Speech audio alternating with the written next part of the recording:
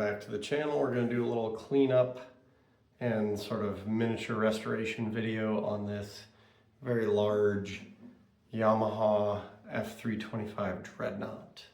You can see it is not in great shape. I just saw under this light there's some damage down here as well that I wasn't aware of. A lot of bumps and bruises all over this thing. It is dusty as hell. It sat in a room that had some drywall work done and no one moved it. But otherwise, you know, it's in good working order. It's just cosmetically pretty rough. And as you can see, it's missing a string. It's got a bridge pin that's held in by a piece of tape. We might be replacing those plastic bridge pins. This is actually one of my personal guitars. I own this. And this was an $88 purchase at a pawn shop. These actually run on the used market, about in that range, but they kind of fluctuate, you know, $100 to $200 depending on the condition, but they're solid guitars anyways. So you can probably see these strings are real bad. Fingerboard hasn't been touched in years, but we'll see how it sounds beforehand with no high E string. So.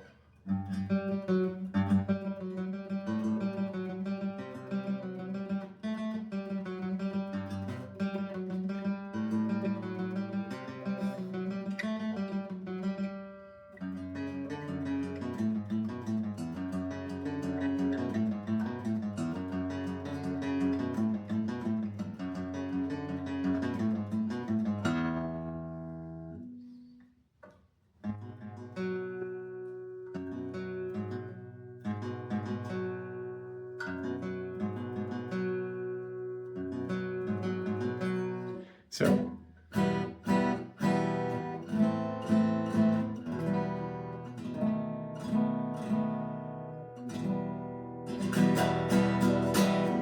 nice Dreadnought full body sound.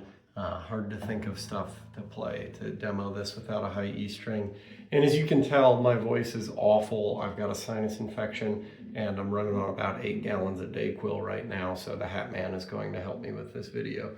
But since I can't really speak, and we usually narrate these, tell you what all we're doing and how we are fixing up these guitars, we'll have my wife do the narration, who does not know a whole lot about guitars, so that should be fun. We're not going to be able to fix up all those little cosmetic things. You can use furniture polish on that kind of stuff, especially on a cheap pawn shop guitar. We're just going to make this play decent. So the action's a little high right now. Frets need some love, or the fretboard in general needs some love, and you know, all the bridge pin stuff and everything. So let's get it on the workbench and give it a shot. All right. Okay, so the first thing we're gonna do is we're gonna use the string winder to unwind the strings. Can you show the string winder? Am I right? We are unwinding the strings.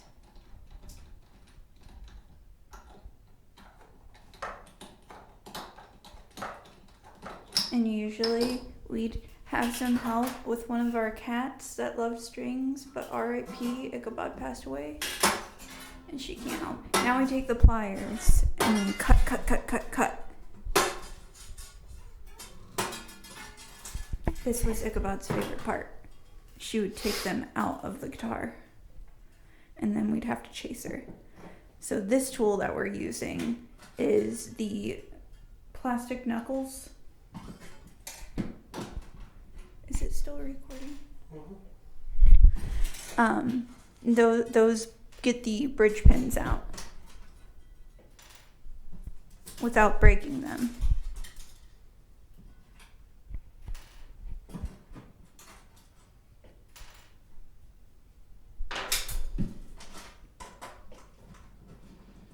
And you're gonna have to pull those strings out from the bridge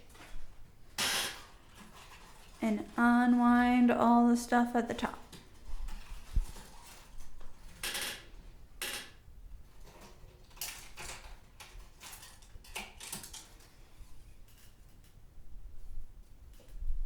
and then dispose of it in a trash can so your cats don't get a hold of them and get you another medical bill. It is $150 just to walk through a pet ER.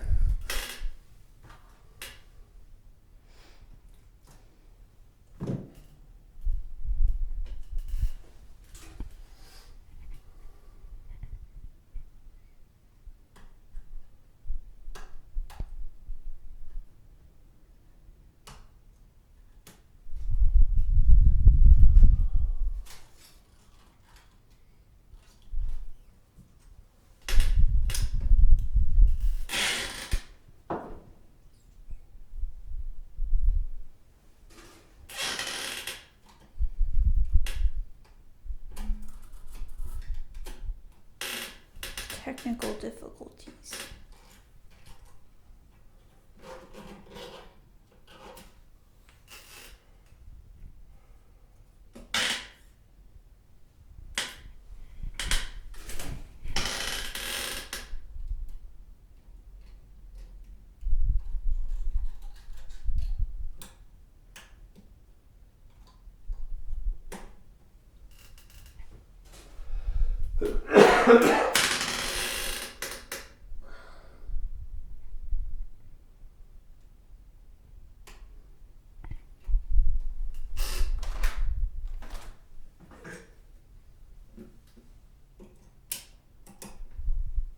Make sure to use your needle nose pliers to pull out all of the string from the tuners. And then you dust.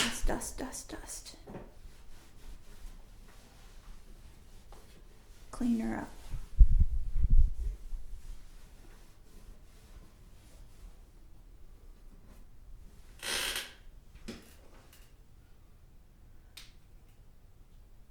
Here we are using a fancy pen duster to get all the dust out of the crevices.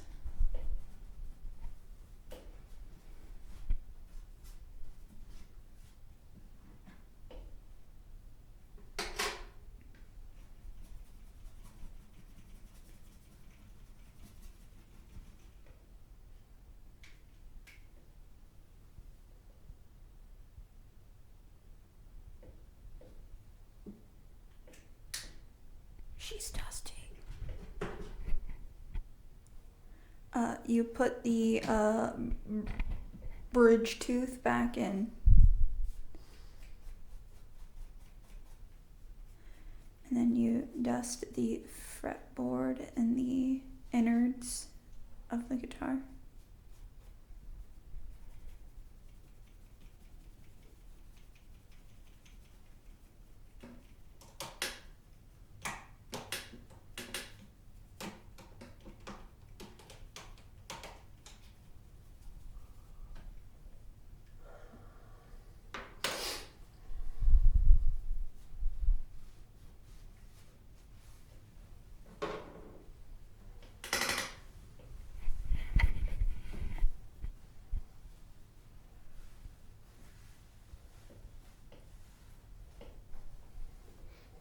Next step, you use furniture polish, not furniture polish. You use that polish and you spray it, not generously, just a little bit onto the face of the guitar. And you buff it in.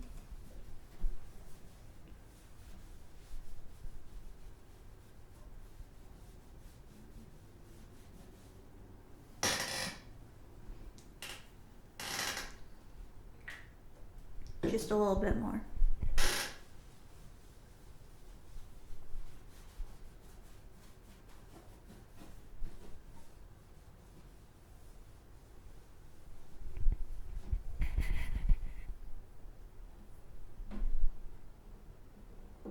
And then you flip her over. And you spray more. A little bit more than you did on the front, because there's more surface area on the back of a guitar if you didn't know that.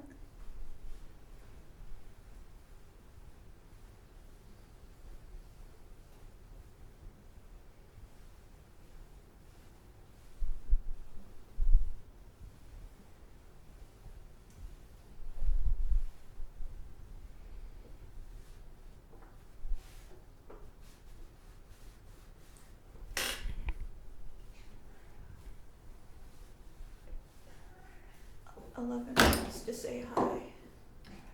Come here. Say hi. She said no. Flip her back over. Prop her up on your cool little neck support thing.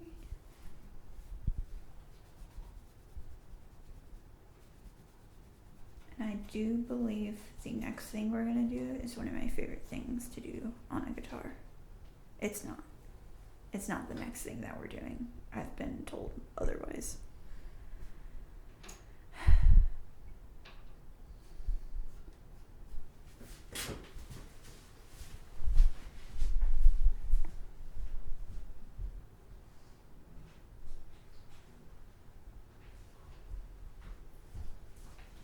We're gonna need some super glue to glue this piece back in, as you can see. I believe that's regular super glue. Yes, I have been told it is regular super glue. And that goes back up here, because it came right off.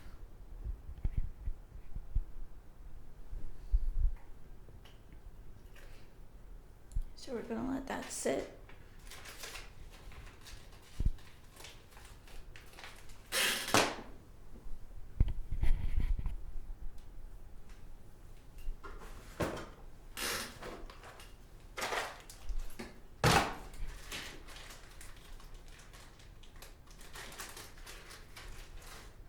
And now we're gonna use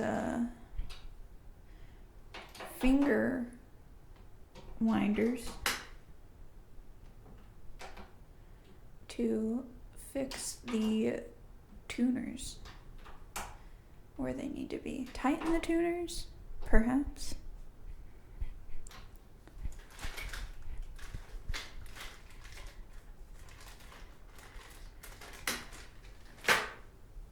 And next we get to do my favorite thing. This is called fast fret. You can get it on the Zon. You can get it at any guitar shop, probably. Well, not any guitar shop. The guitar shop that we went to this weekend did not have it. And then you're just gonna rub that on the wooden parts of the fretboard. You're gonna shine her up, because this guitar is very dry.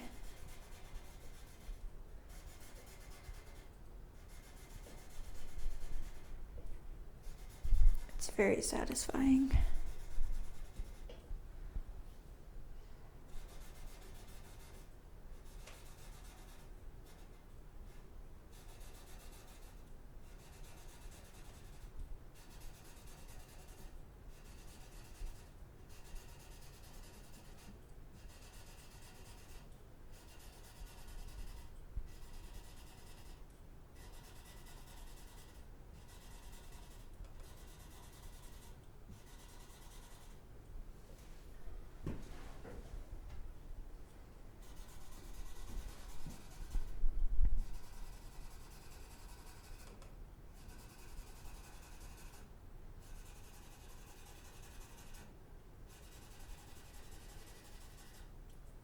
And when we're done with that, we have to let it sit. But be careful about the little bridge nut thing that you put back on. The super glue has to make sure it's set. Gentle. Gentle.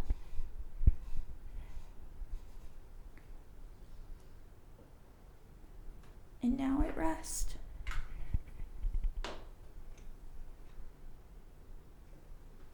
And you're going to take your little finger duster and you're going to get in the crevices again to make sure that you got all the dust.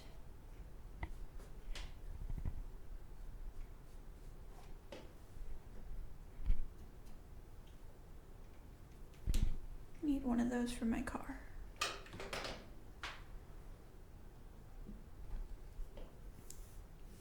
we have let the guitar sit for about 15 minutes, and now we are rubbing off any excess fast fret.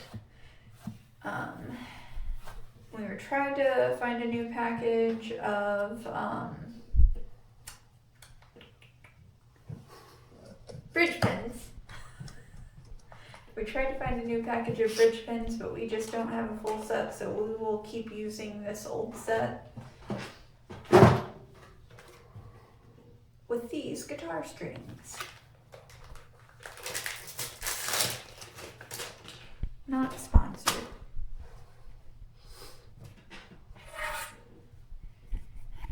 So you take this this ruler that is a fret measure, and it tells you if the action is right, I think. Nailed it.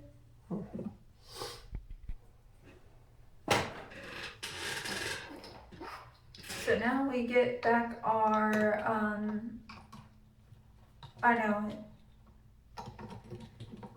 our winder. And this is, we're making sure that all the holes are facing the way that they need to be facing for when we put the strings in. Those are the strings. This is my least favorite part.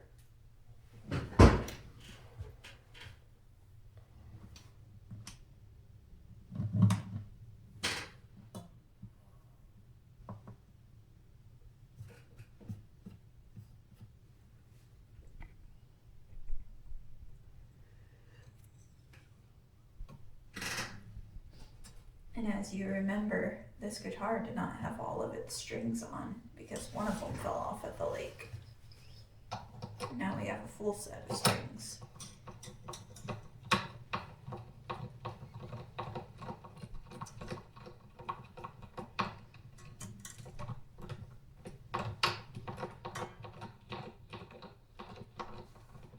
And this is a 6-string guitar. You can tell because it has 6 spots to put strings. So that sound that you might hear, that might be good, it might be bad. Unsure.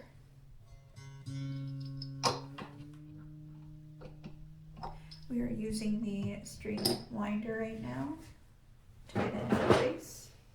And now we use our needle nose pliers to cut the string.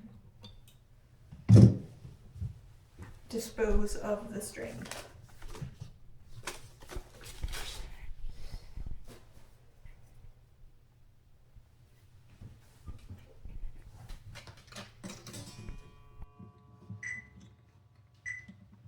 I feel like not all that needed to be recorded. And we're low on battery. Sorry, pause.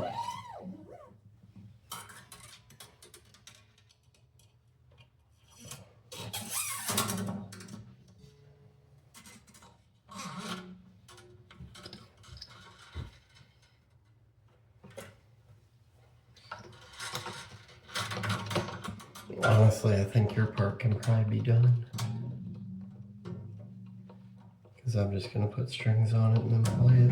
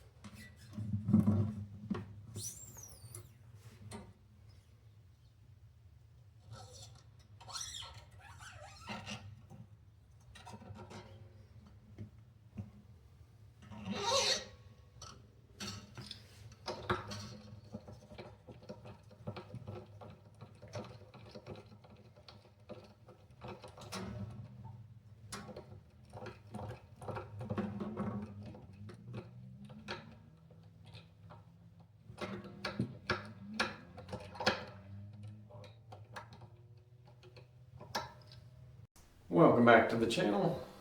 All cleaned up. Nice Yamaha Dreadnought, very pretty.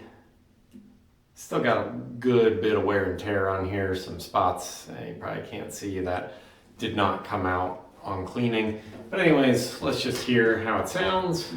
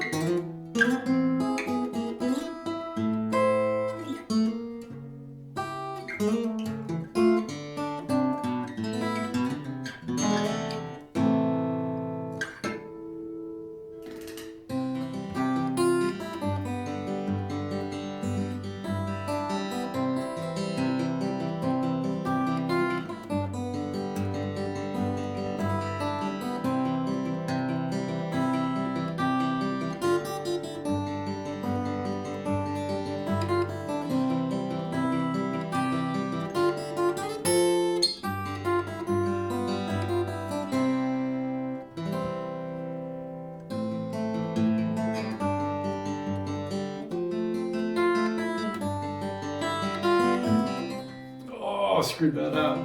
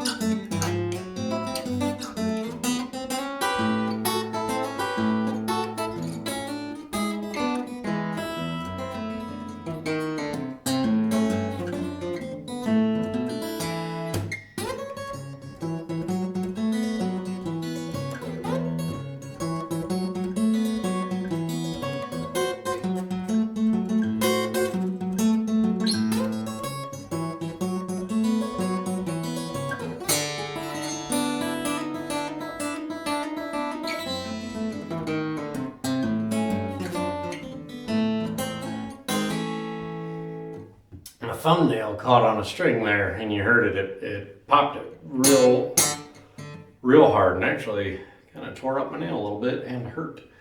It tells you it's time to cut your nails, even though mine really aren't that bad. Ugh, hate that shit.